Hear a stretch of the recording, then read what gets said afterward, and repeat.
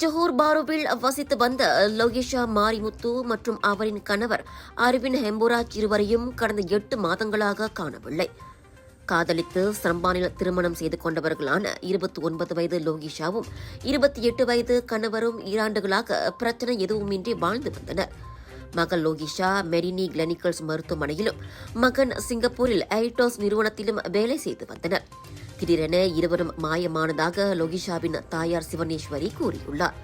Singapore வரை தேடியும் மருமகன் குறித்தும் தகவல் இல்லை. இந்நிலையில் கடந்த ஏப்ரல் மாதத்தில் போலீஸ் புகார் செய்தும் இதுவரை சரியான தகவல் எதுவும் கிடைக்கவில்லை.